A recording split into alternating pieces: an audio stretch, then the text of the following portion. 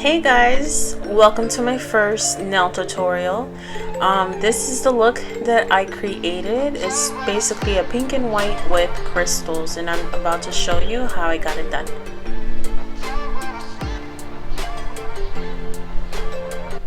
Okay, so first I started off by wiping down her nails with alcohol and a little wipe just to make sure that there's no oil, making sure her nails are super clean before I start.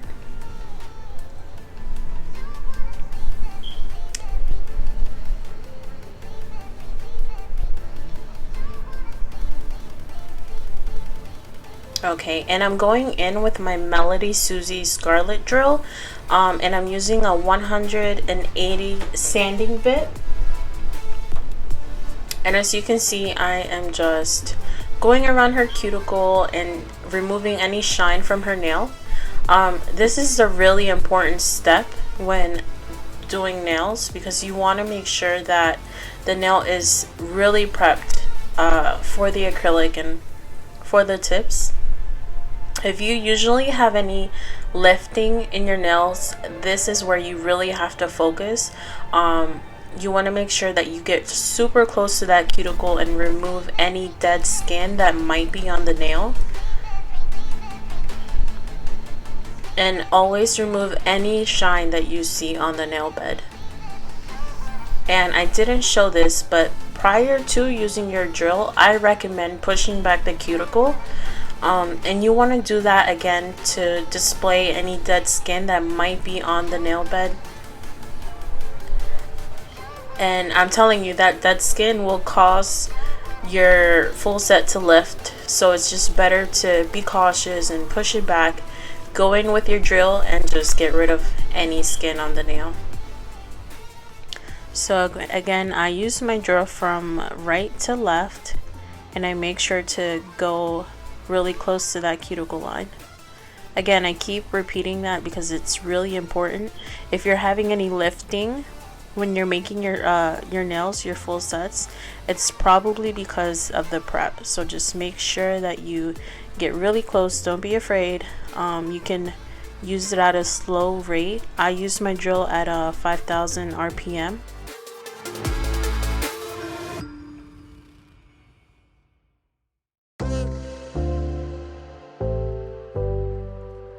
Alright, so here I'm just dusting off the nails, and then I'm starting to put my tips on.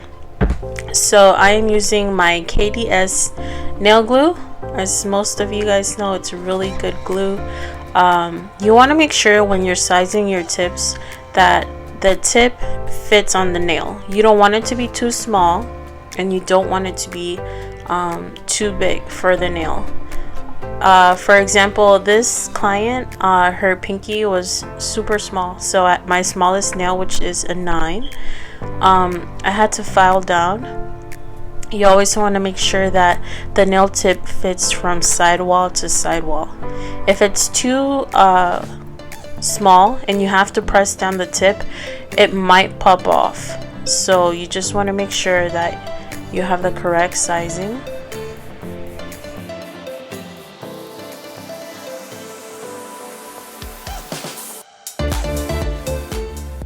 Okay, so now I'm cutting. This nail clipper I got from Amazon, I believe, and I will link it down below. It's really good. I had it for a couple of months and it hasn't gone bad on me, and it also comes with a replacement blade, so I think it's pretty useful. It was only, I think, like $7 or $8. So really important, you want to make sure that all your nails match in length. So what I'm doing, just putting the fingers side by side, and you can see for yourself if the fingers are matching.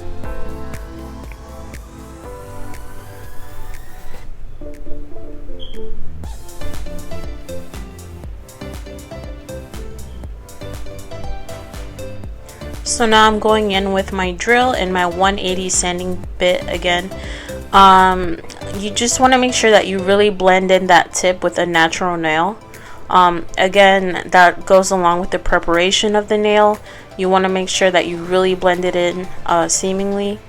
so when you lay down your acrylic, everything is laying flat and nice.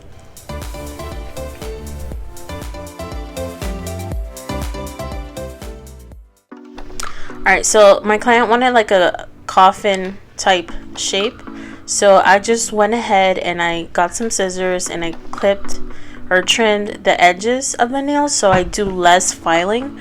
I always want to work smarter, not harder, so that's like an easy tip for you guys. I know filing takes a lot of time because you're always trying to perfect that shape, but if you use scissors, tiny scissors, and just trim off a little bit, it can save you some time.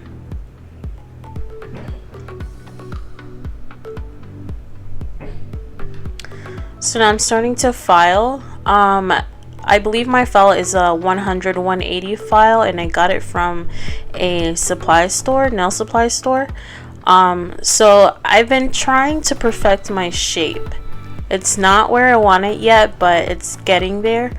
I've learned that you have to file really close to the nail, well, against the nail. You don't want to file underneath it, because they will round out your nail, unless that's what your customer wants. Of course, you can go ahead and do that, but for a coffin, I really like the tapered squared look, or tapered coffin look, and so I'm filing right next to the nail. At some points you might see me go underneath the nail, but that might be just to get like a few loose ends of the tip. Also, when I file the tip of the nail, you want to make sure I go up and down instead of side to side, and you want to do it at a 45-degree angle just to make sure that your tip is really straight.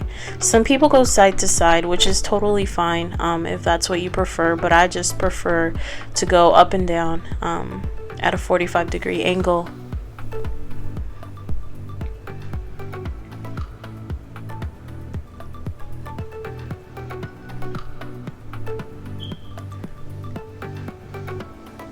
Something that really helps me is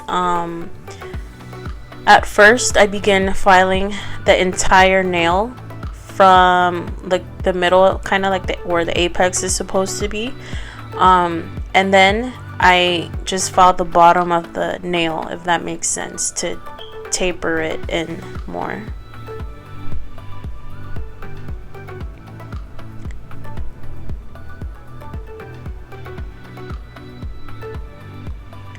I don't know about you guys, but when I started doing nails, I feel like the shaping is what definitely took me a while, because I wanted to perfect it, and your shaping can make or break a set, so it's always good to practice. I've gotten a lot better.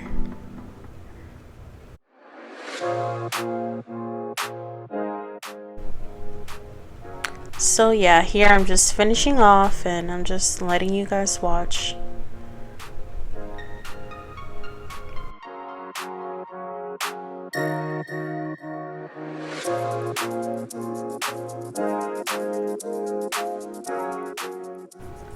Okay, so I'm dusting all the dust off for nails and I'm getting ready for my primer. So I'm using the Young Nails Bond. And it's a pretty good bond.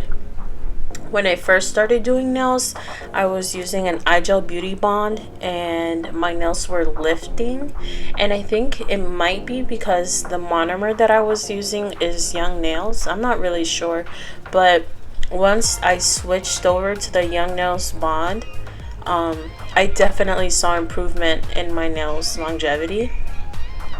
So I recommend staying within the same brand of bond and monomer, and acrylic if you can too.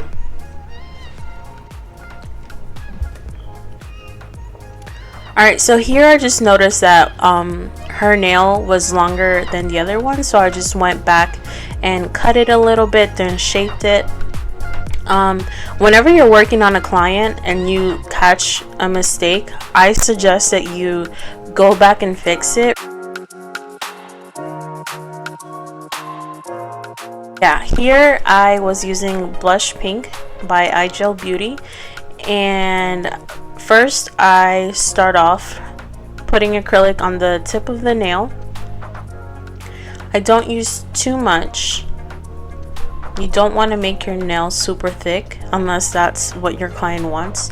But normally I use like the 3-ball method. I start at the tip, then I kind of move to the middle of the finger, and then by my cuticle. Sometimes I might use 4. It's up to your preference. Me personally, I rather start with a little bit of acrylic and then work my way up if I need more. Only because when I first started doing nails, I would get these huge balls of acrylic, and then my nails would be super lumpy. So I've learned that it's best to start off small and work your way up. Also, by the way, I'm using Evie Nails brush in a size 16, and yes, it's pinched, and I really love that brush. As you guys can see, I was gonna use my Alpha brush in a size 10 or 12. No, it's a size 10. But I still had a little bit of acrylic left in it, and I didn't want to wait to clean it up, so I just went ahead and used my Evie Nails brush, and they're both really good. I love them both. Sometimes I switch it up. I can use my my Alpha brush for smaller, more precise designs, but they both work equally well. So when I'm laying the acrylic on the nail, you can see that you always want to shape your acrylic. Remember, you control the acrylic. The acrylic does not control you. So you just want to make sure that you keep patting it down and moving it into the shape that you want. Once I get really close to the cuticle, I brush down, and then I make sure to pat it down and brush the sides. You want to make sure that you use your brush and go around that cuticle, because if you leave any acrylic on the skin or touching the skin, you are going to have lifting. Water will get in or under the acrylic and cause lifting, so you really want to make sure that you get as close as possible, but also use your brush to go back and clean any product that might be there.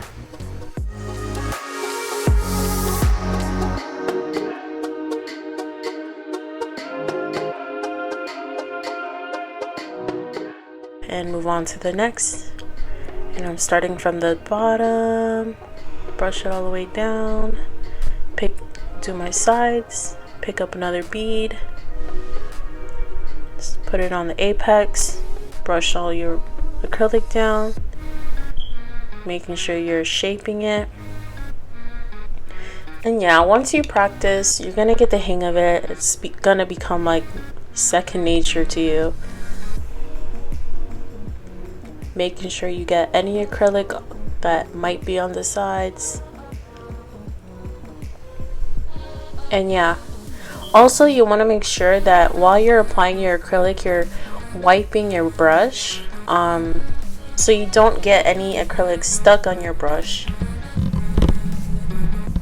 because it will harden and mess up your brush, and then it's gonna take more time for you to clean. I know you saw my Alpha brush on there, and that's basically why I'm reminding you guys to just make sure you keep wiping your brush, because I actually was going to use my Alpha brush, but I had a little bit of acrylic in it and I didn't clean it properly, so learn from my mistakes.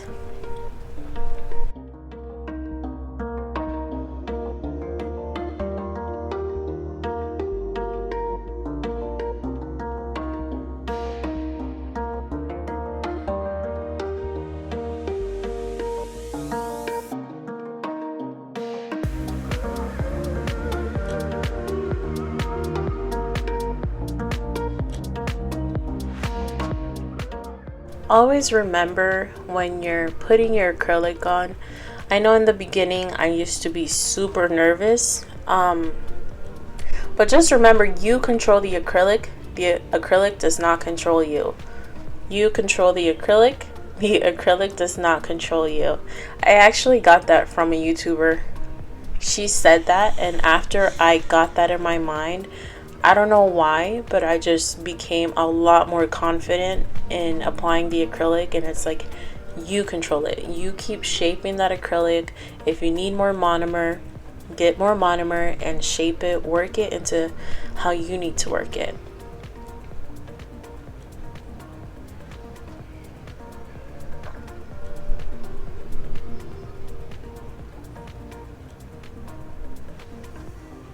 Practice definitely does make perfect.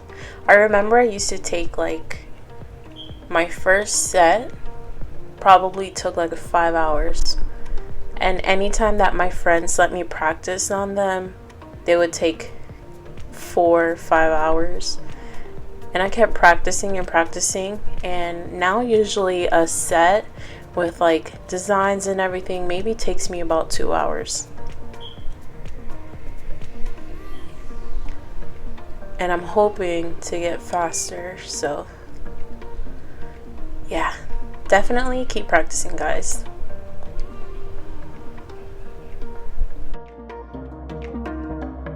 Another tip that I wanted to say, if you hold the nail or the client's finger down, you can let gravity do a lot of the work for you. So basically, if your acrylic is really runny, or I'm pretty sure if it's not runny it'll work too, but just, do you see how I'm holding the finger downwards? So I'm applying my acrylic and I'm sort of kind of letting it run down, and then I use my brush to pat it down and shape it. So if you hold the finger like straight out, it might be a little bit more difficult, and you might have your acrylic running to the sides or to the cuticles. So just make sure you're holding your client's finger downward, and I think that should be really helpful. I mean, it helped me, so hopefully it helps somebody out there too.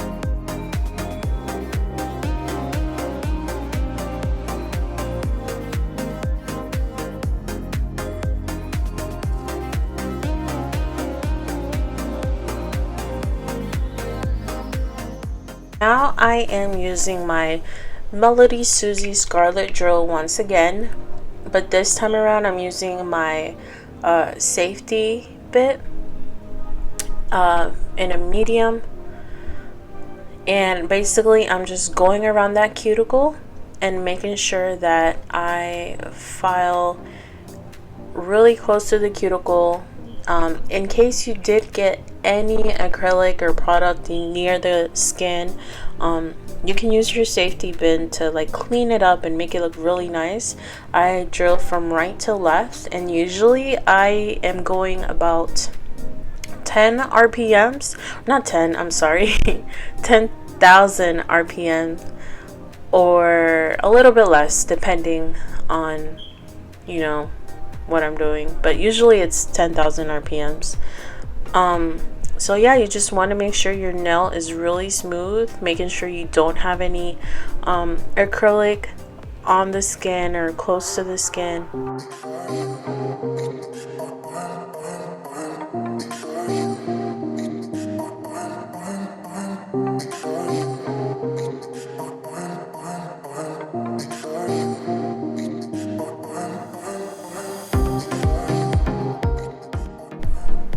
Also, please excuse my broken nail. I know I haven't had time to like fix it. Like, now that I'm thinking of looking at it, it's bothering me. But yeah, please excuse that.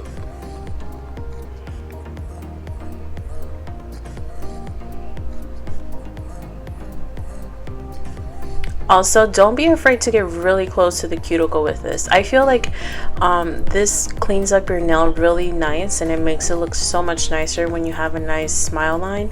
So I mean, at least with this nail bit, if you're afraid of cutting your client, get a safety one because it'll give you a lot more confidence when you're doing this.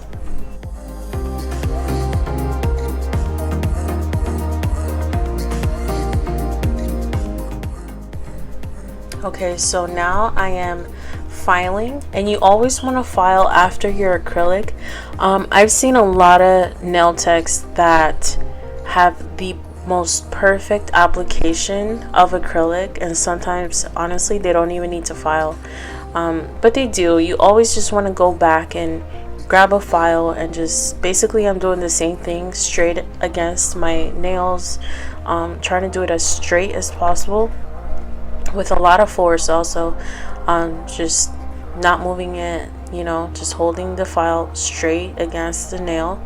And I keep reiterating that because honestly, if you want straight lines, this is going to give you like those crisp lines. And again, my tips, I file at a 45-degree angle, and here I believe there was like a little lump or something, so I just went back and grabbed my drill and smoothed it off. And always, if you see a mistake, don't be embarrassed to go back. Everyone makes mistakes. Just go back and fix it. And I'm sure your client would appreciate that also.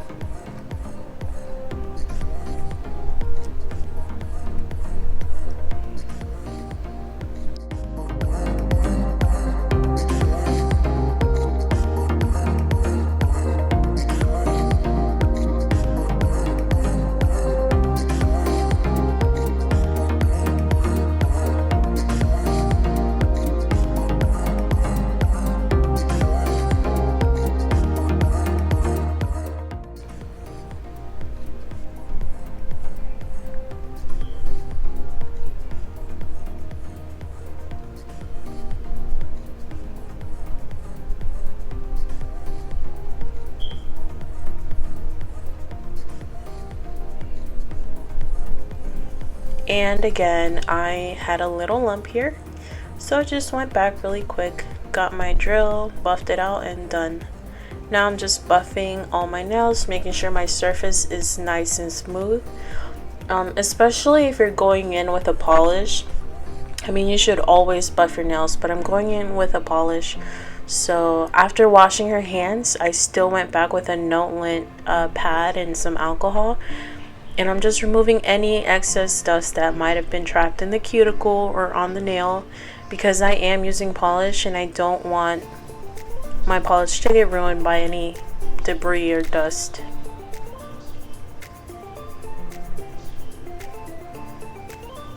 Okay, so now I'm using my Beetles gel polish in a 467, which is basically a white. And Beetles gel polish is a really good brand actually. If you're looking for good quality gel polish and have it not be so expensive, definitely you should try Beetles gel polish. I got it on Amazon, and first I bought a few colors and then they were so good that I went back and I bought more. But yeah, definitely recommend them.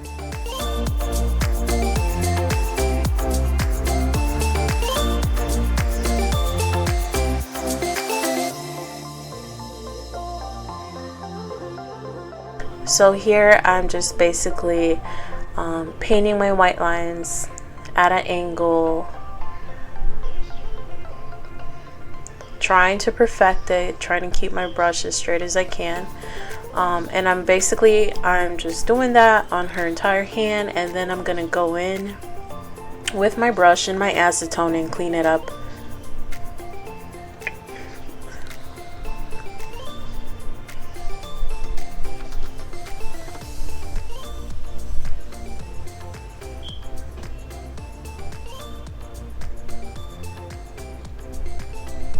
I feel like when you have a pink and white situation, you always have to like have those perfect lines, because if you don't, it'll be noticeable.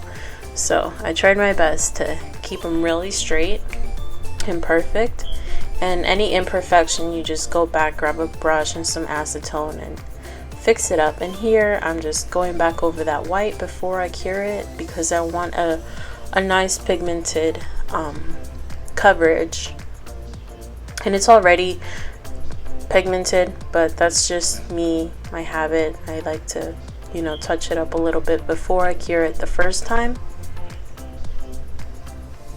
wiping off any excess polish that might have gotten on her fingers, straightening up those lines.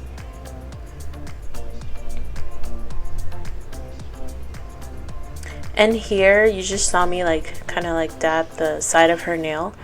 I feel like when you're working with polish, it sort of removes or takes away from the shape of the nail. So I didn't wipe it off. I just kind of like dabbed it and removed any excess polish that was on there, just because I want my shape to still be nice and straight.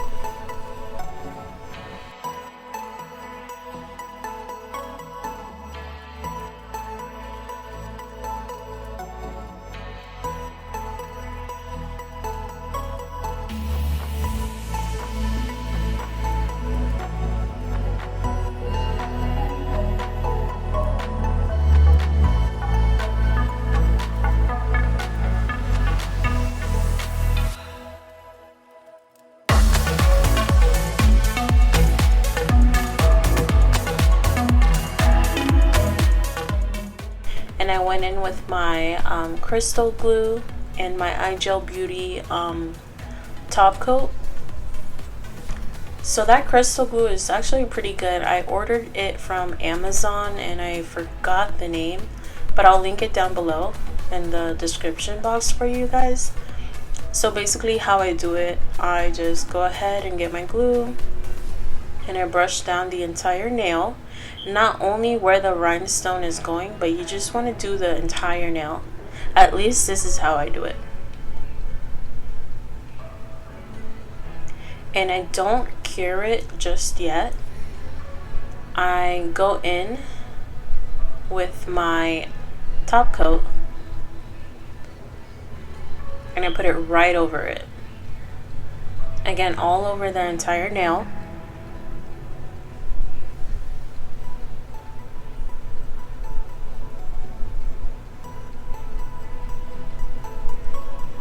And I'm doing that for all of the fingers, the thumb. Alright, and now I am going in with my pen, my wax pen, and I just go ahead and place the crystals where I want them.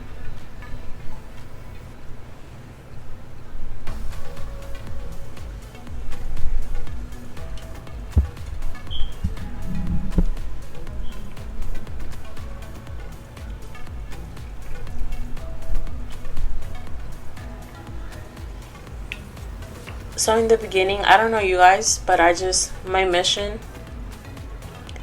So in the beginning, I don't know about you guys, but my mission is just to kind of get all the crystals on the nail. And then I start like moving them around into the shape, or I guess however you want them. So moving on to the next nail. Put my crystal, then I get a smaller one.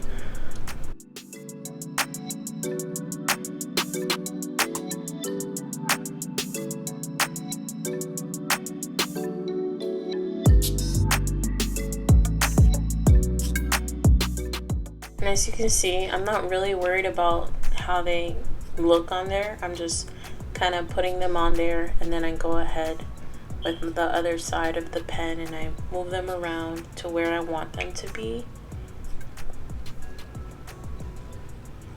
I mean, that's just how I do it. You can do it any way you want it. The reason I do that honestly is because when you have your crystal glue and also the top coat, the diamonds or the crystals, they tend to move around. So I just kind of put them on there and then worry about fixing them. So before you have your client cure their hand, you just want to make sure that everything is where it's supposed to be, because I know you don't want your customer to cure their hand and the crystals be misplaced. So just remember to be super careful with that.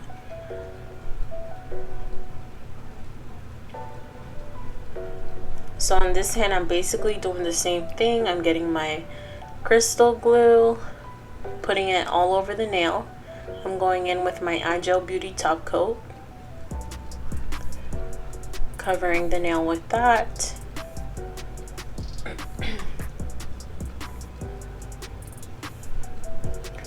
And then going in with my wax pen and adding my crystals. So I'm just basically placing them. And there we go. After curing, I went in with my Nourish oil from iGel Beauty, and it smells so good. It's like a vanilla scent. So it's pretty good. I just make sure I get around the cuticles, and I like to rub the fingers with the oil and the cuticle.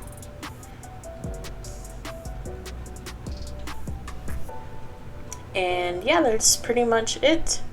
After that, you'll see the results. This is what they look like. And yeah, I hope you enjoyed watching this tutorial. If you want to watch more, just please subscribe, and I'll keep uploading for you guys. Also, you can follow me on Instagram at Monibelmos tips. And I also have a couple of tutorials on there, 1-minute tutorials of different designs and ideas that I like to do. And yeah, see you guys next time. Bye.